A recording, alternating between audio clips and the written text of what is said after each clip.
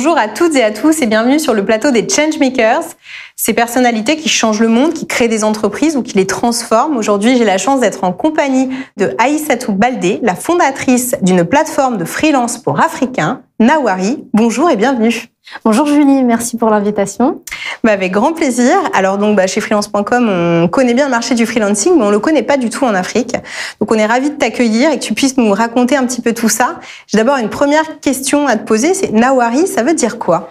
Nawari, ça signifie bienvenue. Sur notre plateforme, on accueille les entreprises du monde à venir découvrir les talents africains. C'est un super joli nom, bravo. Merci. Alors, comment t'es venue l'idée? Moi, j'aimerais que tu m'expliques qu'est-ce qui a fait que tu as identifié un marché finalement du freelancing en Afrique. Comment tu t'es rendu compte qu'il y avait de plus en plus d'indépendants et de talents qui n'étaient pas référencés sur ce marché? À l'origine, moi, j'étais consultante en communication et j'accompagnais des entreprises qui voulaient se lancer en Afrique. Donc moi, je mettais en place toute la partie stratégie. Et lorsque j'allais dans les villes africaines comme Conakry, Dakar ou Abidjan et que je recherchais des professionnels, donc des community managers, des graphistes, des développeurs pour m'accompagner donc sur la partie opérationnelle de ces stratégies, j'avais énormément de mal à trouver ces professionnels. C'est pas qu'ils n'existaient pas, mais c'est juste qu'il n'existait pas cette plateforme qui permet de les référencer par pays, par tarif, par métier, etc. Donc le recrutement était très dur et c'est pour ça que je me suis dit pourquoi pas créer cette plateforme puisque les talents étaient là. Alors, tu dis les talents étaient là, donc c'est une question qui m'interpelle et sur laquelle je m'interroge. Je pense que les personnes aussi qui nous écoutent, en France, on sait qu'on a du mal à avoir des chiffres. Tu vois, combien il y a d'indépendants, alors on va regarder du côté de l'INSEE, on va regarder du côté des écoles. Finalement, en Afrique, comment tu t'es rendu compte quand tu étais sur le terrain qu'il y avait des talents, qu'ils étaient qualifiés, parce que finalement, ils sont peut-être pas passés sur les bancs de l'école. Quel a été ton... Tout à fait. En Afrique aussi, c'est très dur de trouver des chiffres, mais quand on est dans une phase de recrutement, la première chose qu'on fait, c'est le bouche à oreille. Donc, on interroge notre entourage. Moi, je cherche un graphiste, tu connais pas quelqu'un? Je cherche une assistante RP, tu connais pas quelqu'un? Et donc, on me faisait énormément de recommandations. On me disait, parle à cette personne, parle à cette personne. Donc, il y en avait beaucoup. Et je lui disais, mais comment je fais pour m'assurer que, typiquement, ce monteur vidéo est capable de fournir le service dont j'ai besoin?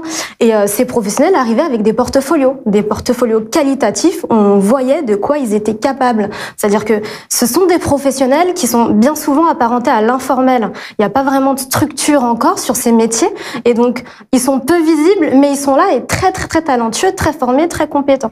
Oui, c'est ça qui est important aujourd'hui, d'où l'importance d'ailleurs d'avoir une plateforme, mais finalement on les retrouve pas par les biais traditionnels de recherche qu'on retrouve en France. Exactement.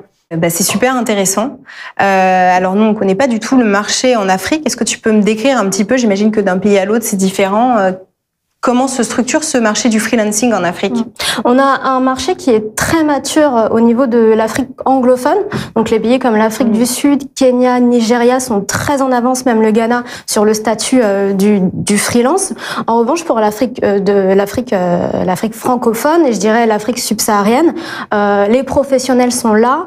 Progressivement, on commence à encadrer les professions. Donc il y a un statut d'indépendant qui ressemble beaucoup à celui qu'on connaît ici, mais qui est encore peu connu de ces professionnels et donc on a une manne de très bons freelanceurs en Côte d'Ivoire, au Togo, au Bénin où ça commence à s'implanter et à grandir progressivement. D'ailleurs sur ma plateforme on a beaucoup de freelances qui viennent de ces pays et puis aussi progressivement de plus en plus le Sénégal, la Guinée, ces pays commencent à s'ouvrir à ce mode d'activité. Et alors du coup, tu me parles de freelance sur ta plateforme, c'est quoi les métiers finalement que tu as le plus? Alors, on a beaucoup de professionnels des métiers du développement, beaucoup d'autodidactes, mais en tout cas, ce sont des professionnels qui sont très compétents et qui sont aujourd'hui capables d'accompagner une entreprise ou un client sur ce type de mission. On a tout ce qui est les métiers de l'image, donc du graphisme, les métiers du community management aussi, et puis tout ce qui est monteur vidéo, comme je le disais précédemment. Donc finalement, assez proche des tendances qu'on a en France en termes de freelancing, c'est les métiers les plus demandés finalement. C'est ça. Excellent. Ta start-up, alors, est-ce que tu peux nous en dire plus finalement? Tu l'as lancée il y a peu de temps. T'en es où aujourd'hui? Comment elle se développe? Aujourd'hui, on est très content de pouvoir dire qu'on a 700 freelances qui sont inscrits sur la plateforme. Donc, avec principalement des professionnels de Côte d'Ivoire, Togo, Bénin. L'idée pour nous, c'est de permettre à tous ces jeunes de pouvoir trouver des missions, que ce soit au niveau continental, tant européen. Du coup, j'ai une petite question par rapport à ces profils. Tu me dis que tu en as à peu près 700. Finalement, comment tu vas les chercher? Est-ce que tu les qualifies? Alors oui, effectivement, nous, ce qu'on promet à nos clients, c'est de travailler avec les meilleurs talents d'Afrique.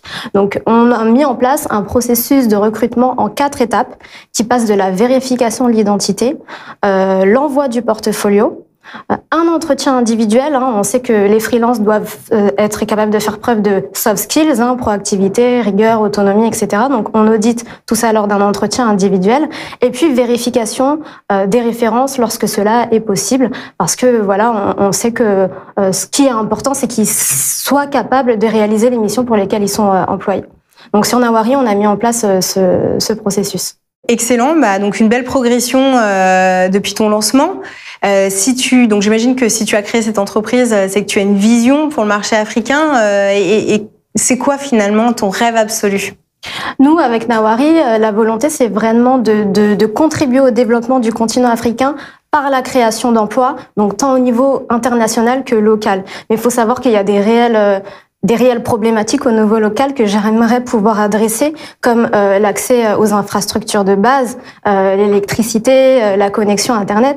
Et pour ça, moi, dans quelques années, j'aimerais bien ouvrir des hubs Nawari où les freelances pourraient venir se former, donc apprendre un métier, apprendre à devenir freelance et surtout pouvoir bénéficier d'un espace qui dispose d'un maximum d'équipements pour leur permettre de vivre de leur activité et sortir de la précarité. Excellent, c'est un beau projet ambitieux qu'on te souhaite de réussir. Finalement, avant de clore cette interview, est-ce que tu as une actualité avec ta startup que tu as envie de nous partager? Oui, bien sûr, on va bientôt lancer la première formation chez Nawari qui s'appelle Devenir freelance, qui sera dédiée à tous les jeunes Africains qui souhaitent s'insérer par le freelancing et qui sera disponible en ligne d'ici quelques mois. C'est canon. Alors écoute, n'hésite pas à nous partager le lien. Avec grand plaisir. Merci beaucoup, Julie. Merci à toi pour cette interview et pour tous ceux qui nous écoutent. Vous pouvez retrouver l'interview en vidéo et podcast sur nos réseaux, sur YouTube, LinkedIn et toutes les bonnes plateformes ou retrouver d'autres interviews de Changemakers. À bientôt.